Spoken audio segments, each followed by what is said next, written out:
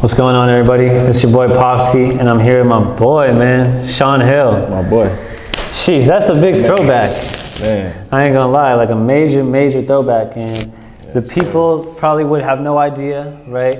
But we were just discussing, that was like probably 2015, 2016, that we used to work. And, you know, I was real cool with your brother and shit like that for years. Yeah, definitely shout out to Reef. And it was crazy coming up at that age. I was 18, like I was telling you, and just really developing my sound at the time. And you know what I'm saying? You guys definitely helped me learn, do cool shows and all that. So it's love. It's super great to reconnect. Yeah, man. You always was a boss, man. When you was knee high to a butterfly, you was always like, you know, you always had it, you know, you had it on you and in you, man. You was like, you had the hustle. It's one thing I noticed when you was like, he had books in his room, hip hop books in his room that he was just reading and shit. So I'm like, I do that shit. So I'm like, real recognize real. I knew you was on your shit. You was a student of the game. Definitely. And I see you still grinding, and like it's important for all us people pursuing like a slow grind is better than no grind. You know, so I see you on your shit, man. Definitely, thank you. I really do appreciate that. Like coming from somebody who has seen me from that time until now, it is pretty remarkable, and it feels amazing. And it definitely is cool to see everything you've done as well, you know what I'm saying, over the time. Like, it's cool just seeing the music that you've done that I've kind of just seen periodically here and there. And yeah, like, just talk to me about some of, over the past couple of years, your favorite music experiences that you had, whether it was releasing records, videos, shows, because I know you've done a lot of shit. Like, so maybe like features you've done, or just kind of some of your favorite things. I think I'll say, oh man, damn. I mean, I just went to New York Fashion Week. That kind of fucked me up. That's dope. That kind of fucked me up. I mean, last week just fucked me up. You know, like I have a lot of weeks where it's like, our days, like I'll say, okay, Fashion Week, we'll start there. But that's not even music, but it's like to be at a Virgil party and you be smoking and he's like, the homie's like, you didn't see Virgil like right behind you? And I'm like, I'm rolling a blunt. So it's like, that's a moment I wished I wasn't rolling a blunt so I could see Virgil. So I guess that was a decent moment right there. I'll say when I got, my favorite feature moment will probably be the first time I ever paid for a feature. I was working at a mental health facility. I was living with my aunt and shit.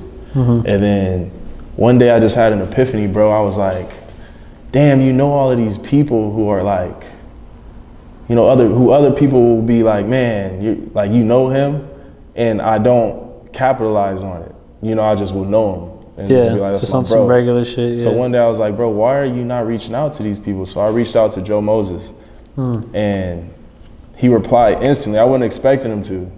He's my boy and all, but you know, he's still busy, and this was a lot going on. Yeah, this was like maybe like 2 or 3 years ago. So I reached out to Joe and I was like, hey, I got a song for you. I was lying. I was like, I got a song for you. He was like, pull up to the studio right now. I'm in my work uniform, bro. No car, nothing. Yeah. He's like, pull up to the studio right now. And I'm like, my girl at the time, I had her come pick me up, take me to my aunt's house to get a change of clothes. Then I had to get a ride from my homeboy to the studio. And then we get to the studio. We get to the studio. Oh, mind you, the biggest question that fucked my head up, he was like, what's your budget? You know, when a nigga hits you with what's your budget, I'm like, you gotta say something. Yeah, nigga, I'm broke, I'm working at a job. I'm like, I never paid for a feature before.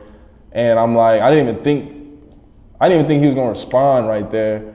So he's like, what's your budget? I'm like, $500. He's like, that's too low. So I'm like, 1,000. He's like, I can work with that, pull up. So mind you, this is somebody you can still, this doesn't make him any less of a homie to do that. Because that's still showing love, you know, and I still had to learn that. Of course. I had to learn that. So it was like, all right, so I'll pull up. Mind you, I have no fucking money, bro. But I'm like, all right, I'll pull up. I have no song. Just get in the room with the dude. Yeah, what the fuck, of course. I have no song, no money. I'll pull up. Yeah. I pull up to the studio and I didn't even know at the time that it was an Atlantic Records studio. So I get in there and I meet Dallas Martin. And if you know who he is and you're pursuing this, look it up. That was the guy who, you know, brought Nip to Atlantic. You know, this was the guy who's like brought us Roddy Ricch and shit like that. Big executive, right? Right. I met him there. Yeah. And they played some records that Nip did that has not dropped yet, that made my jaw drop. Yeah. Played some Roddy Ricch songs that ain't dropped yet to this day that made my jaw drop. So it was just like, I'm just in the studio, a fly on the wall. And like, then we get to the feature part. So I pull out this random ass song that I had. He jumps on it. Me and the producer, we just went half on the feature. Shout out to him for doing that for me, because I didn't have, literally all I had was 500. I just pulled it out, gave it, and then I had to pay the producer back because he wasn't even supposed to pay for the feature. Right. So I paid the producer back, but it was worth it. I never dropped the song. I still got the song. Really? Still got the song. Wow. But it was just a moment that taught me about paying for features. Just taught me, like, that was a first like music industry moment for me. Yeah. Like it was like, okay, paying for it, what's your budget? And then like from then on, I kind of like learned how it goes a little more and more. Yeah. It's a long ass story, but yeah, that's like. Well, and like you said, understanding him hooking you up for a rack for the feature. Yeah, that was love. It's still love. And he let you pull up to the studio. You have to learn that. Yeah, like he didn't have to do all that. Most people don't even like. They'll just be like, send me a email or whatever. But yeah, exactly. Shout out to Joe. That's one of the realest in this shit. Yeah, no, that's really fucking 100%. Cool. Yeah. And so you guys knocked out the record and everything was great. But so why didn't you put it out? What's the story behind that? You just didn't. I don't have. You have a good reason for it, man. Nah, I feel like the mixing could be better or something. Yeah. I might still drop it. Yeah, I might still drop it. I mean, I still like the record, but I just. Right. I don't know. It wasn't even about just doing it because of like I have a problem with using my friends. Like popularity to my advantage, and that sounds stupid as stupid, but I'm just saying sometimes like that crosses my mind. Like I don't want to come off as using somebody, or like I want to make sure that I like the song, not just because somebody is on it. Right. You know? Definitely. Like I actually love this song. It's not because this guy's on it, so I hate the song, but he's on it, so I'm going to drop it just to say I did a song with him.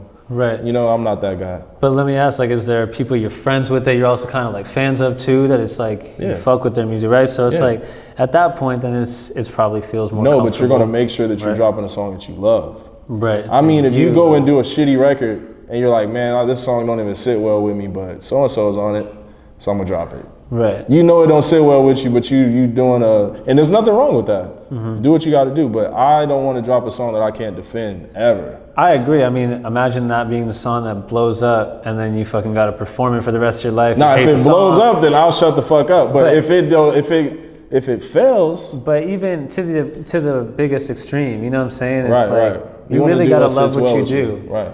We're not doing this. We do this because we want to do this shit, right? There's a lot of reasons. Like yes, I'll run a business and want to accomplish a certain type of lifestyle and earn certain money, right? But there's also a reason I do it, just because of love and passion, and you don't give that up, you don't sacrifice that. Right. So yeah, it's always got to be equal. And I feel like that's always something I've known about you ever since I met you. It's just like you always kept it true and authentic, and was never really like going out the box on some different weirdo shit or something. You know what I'm saying? You always kept it pretty to the script. I appreciate that.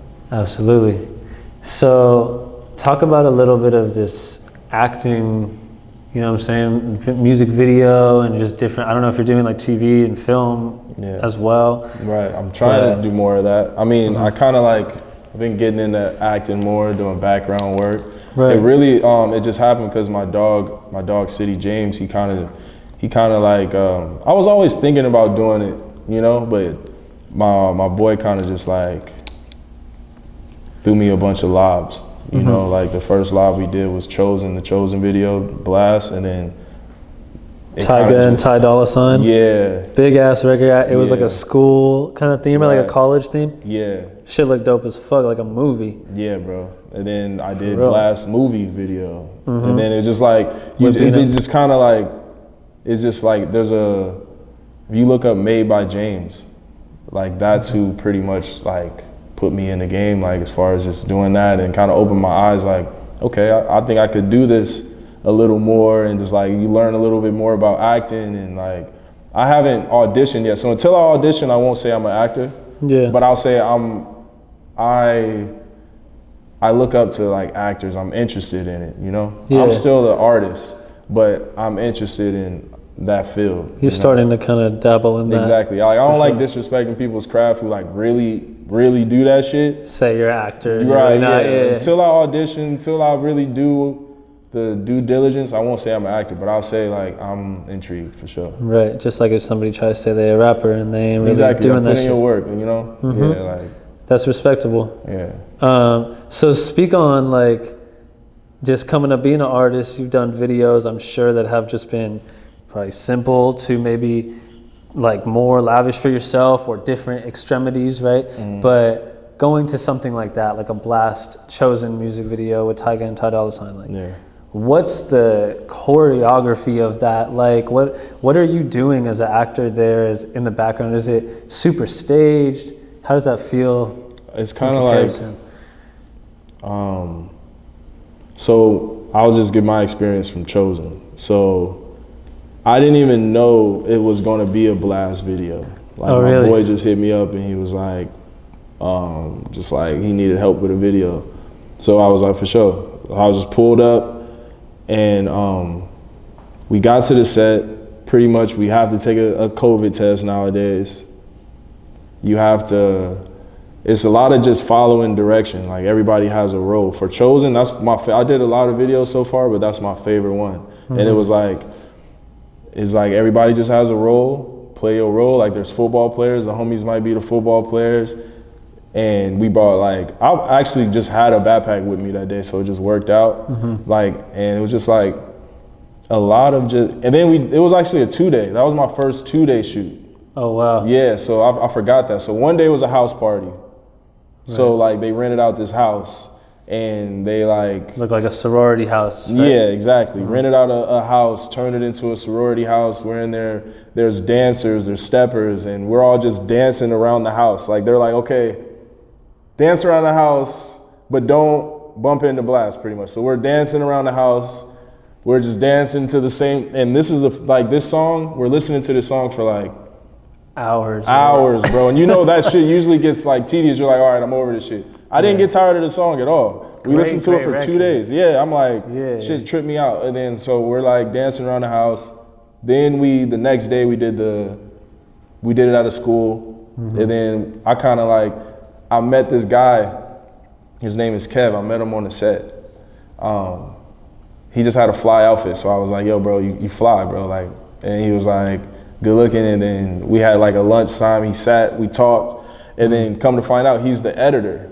Oh, wow. He's the editor for the whole shit. So he's the one that control where people go. I didn't know this though. We're talking and shit. Just so people understand that. Right. Yeah. So like when the video drops, he texts me and he says, like, did you catch that moment? So if you catch like the end of Chosen, there's like a moment of me on the phone. Yeah. He purposely put that in there just so I can be seen. Yeah. Like, cause like we just connected that day. So it was just like. He just kind of shot you that little love. Right, and it's just, it just shows you the importance of treating everybody the same. Cause you never know who's who. Treat everybody from like who you think is the most popping to the guy in the cut. Like just treat everybody the same. And that can get you like, you know, further in life for sure. Yeah, wow, that's really cool. That's a cool ass story. Yeah, man. And then, so you did the movie video Yeah. with Blxst and Bino. Yeah. And that was at the car wash? Car wash, yep. That shit looked really cool as well. That shit was fire, bro. Did they do... Shout out to Teddy and Duno and Jay Stone, All Money In. Yeah, that was a dope video for sure. They did something where like you could get a ticket to get your car washed, right? Yeah. It's like the first 50 people that got a ticket or something. Wait, what you mean for that? For that movie, that day video? or something? Yeah, didn't they do something like that, or maybe it was a separate car wash thing that they did, or probably so. shit. Like like a a promotional thing, probably. Yeah. Yeah, because that shit was real clever. I loved the way that they rolled that out. Yeah, that shit was dope. It's been interesting watching Blxst and Bino's come up on their own and together. Yeah, I've been comparing them to like Young Thug and Gunna for Atlanta. Like for LA, like, cause they haven't missed. For sure. They just haven't missed. They on fire. Like, yeah, we love them boys from LA. Like they putting on. Yeah, I mean, Blxst is in a real way. He's taking it out of here. He's showing you like he's doing it without no extras. It's just straight music. Right, producing the music. Right, and even in person, like he's no extras, straight business. Like, you know, so it's I believe it. Yeah. So it's like, yeah, it's a testimony like to that. Yeah. And he's humble and he's putting on. And shout out Bino, he's putting on. They've been putting on, but now they getting their look. Yeah, definitely. They're getting their look. Yeah, when I actually Chris O'Bannon became a good friend. We interviewed him a while back. Shout out Chris, man. That's that boy. Shout out to Chris O'Bannon. O'Bannon. Crazy. He told me about conversations he had with Blxst, and something was like just preparation, like just fucking be ready, because when that moment hits, the more ready you are, like just the further it's gonna go. That's all it is to it, bro. Like, don't wait for your moment, prepare for your moment. Right. That's all it is to it, bro, because if you asking God for it, it's gonna come in God's timing. You just gotta be ready for it. You ain't gonna control the timing of it. Right. Like, and then like another thing that I learned from watching a Kobe interview, he was like, the confidence comes from the preparation. Like, he's like, when you see a person doing their thing and they in their zone and it looks effortless and it's like, oh my God, like even a comedian or something, they have a certain confidence, or like if you see an actor and they know their lines so well that they can improv, that comes from the preparation. That's where the confidence comes from. Like, I'm so confident because I prepared for this. Right. You know, like the best, if you don't have rehearsals as an artist, you're probably not a good performer. Yeah. You know, so it's just like, and I had to learn that the hard way, bro. Like, or do a bunch of shows and fuck around for a long time. You want to learn in front of people, or you want to do the work and you make sure you're ready, you know, like, and it's like, it's just so much to it. And yeah, preparation definitely is everything. Yeah. It's everything. Learning that. Like for Blxst's career specifically, just looking at him, like just being a producer and doing these records like Right With It, for example, that just, like people don't even know that Blxst produced that record with Kalen and Chris and G Perico, like. Yeah, he's the man. Did that and then comes out with this solo career that's just bubbling as it comes. I mean, it's the example, the definition of that saying that Chris told me that he said, which is really cool. It's been a pleasure. Chris actually works with him music-wise. Yeah, I mean, I know they've known each other for years. I know he worked on the No Love Lost tape and all that shit. So yeah, it was cool to hear his experience. Yeah, shout out to the Eagle Gang. Yeah, shout out to the Eagle Gang for real. It's cool to hear your experience with the video stuff, man. And yeah, man. So to kind of circle back, you said you were gonna maybe do some new music and shit. Yeah, for sure. I got a song dropping with my boy Hugo. Okay. It's called PNG Freestyle. We finna shoot a video for that. That's finna go crazy. And then, you know, I'm working on a project right now. Okay. It doesn't have a name, it doesn't have nothing, but it has an essence in my mind that I'm thinking about. And I'm working on that right now. So like a certain sound or a certain topic? Yeah, like it's not gonna sound like anything you've ever heard from me. The visuals are not gonna look like anything you've ever seen from me. You know, I wanna just change up everything. Yeah. Forget anything that I did in the past. I mean, respect to whatever I did in the past, but I'm just not there anymore. You know, and I have so much to rap about. It's been a minute. Yeah, I'm sure the people are excited to hear some new shit. And if they're not, I'm gonna make them excited. No cap. I'm gonna make this happen. I understand anybody getting jaded with what I've been doing, because I know a lot of this is all just for new people. I mean, I feel like this is the time to really like display it, like make a demo out of this, man. Like both of us, bro. You cold with it too. I appreciate I don't even gotta tell you. We both know we gotta, you know, it's a blitz now. Right. Like, and I don't give a fuck if I'm going through the window, the back door. I don't care, bro. You gotta get in. You're gonna get there. Yeah, you gotta get in somehow, some way. Yeah. That's definitely something I've learned in just being creative and pushing boundaries. I've definitely tried like a lot of new music styles myself, and I'm working on an album. You changed your whole shit up, man. You found yourself. I see it, man. Like you found yourself. I know you still got how old are you again? I'm 24 right now. Yeah, man. You Kobe right now. So you got a long way to go, bro. We both do, man. We're both young. Definitely. It's time. Yeah, no, it's fucking time. It's exciting as hell to hear that you're working on some new music. Yeah, it's been really cool watching just what you do with these videos. And I also have to say, it seemed like you always just on some like fly ass shit. Like you just be cool place. Like, is that like just like, I don't know, you just be on some cool shit. I'll be trying to, That man. shit is fire. I'll be trying to, man. I don't even know what else to say about it, but I just peep it. Bro. Yeah, but no, that. that shit fire. It looks like everything's been good with you. Like I said, it's been a long time. I know we've spoke a little bit over the gram and shit like that, but I haven't seen you in 5 years. It's been a minute. Which is kind of crazy, but one day we're gonna break down more and more stories for the people. Yeah. You know what I'm saying? It's a lot. And we just getting started. Like really, our story just getting started. You got history with my peoples in there. But, you know, we was always cool and just like respected each other's craft. Like it was never like, we never, you know. We barely even spoke too much back in the day. But like we did, respected each other's crafts, you feel me? So it was like, we got a lot more to add to the story. Definitely, and we did some of them joints back in the day too. I have some like funny memories with you, bro. Like I remember like you threw you had a show, like you put on a show for the Grands. Yeah. And like I felt like you know the intro to Belly. Like bro, like I had a moment where we walked in the club and I don't know if you had the DJ do it or what, but the DJ was like, Shon Hill and the Grands are in the house. I swear, bro. Yeah. Like when I think you were on the stage or something. Like, bro, like we walked in through that side door. Yeah, kind bro. Of the crowd was right here, but you set up all that shit. Like you made this world. Like everybody was there for you, but they were showing us love off the strength of like you. Like it wasn't even like we were celebrities or nothing. But it was just a bunch. It was like a room full of people here for this man. Like they were all here for bro. But they were like showing us love when we walked through. Like, I think my cousin got like head upstairs and shit. Like it was dope, bro. Like that was a funny ass night, man. Like such a funny night. I love that memory. Like hell yeah. I know exactly what you're talking about. That shit was in Ventura. Those days were what made me who I am right now. We throw events. I was impressed. I was impressed. Thank you. Wow, that's such a funny memory. That. Yeah, bro. Man, I ain't gonna go too deep into detail, but that was a funny ass night. Yeah, no, there's so many stories, right, that we could go into. It's crazy, but again, it's really cool to reconnect. I look forward to covering some of your new stuff as it comes out. Yes, sir. I'd love to come to like a video behind the scenes of yours or something, and do some BTS with Andrew or like whatever, man. So yeah, bro, we locked in, bro. We locked in for sure. Family, man. My boy, we locked in. Shon Hill.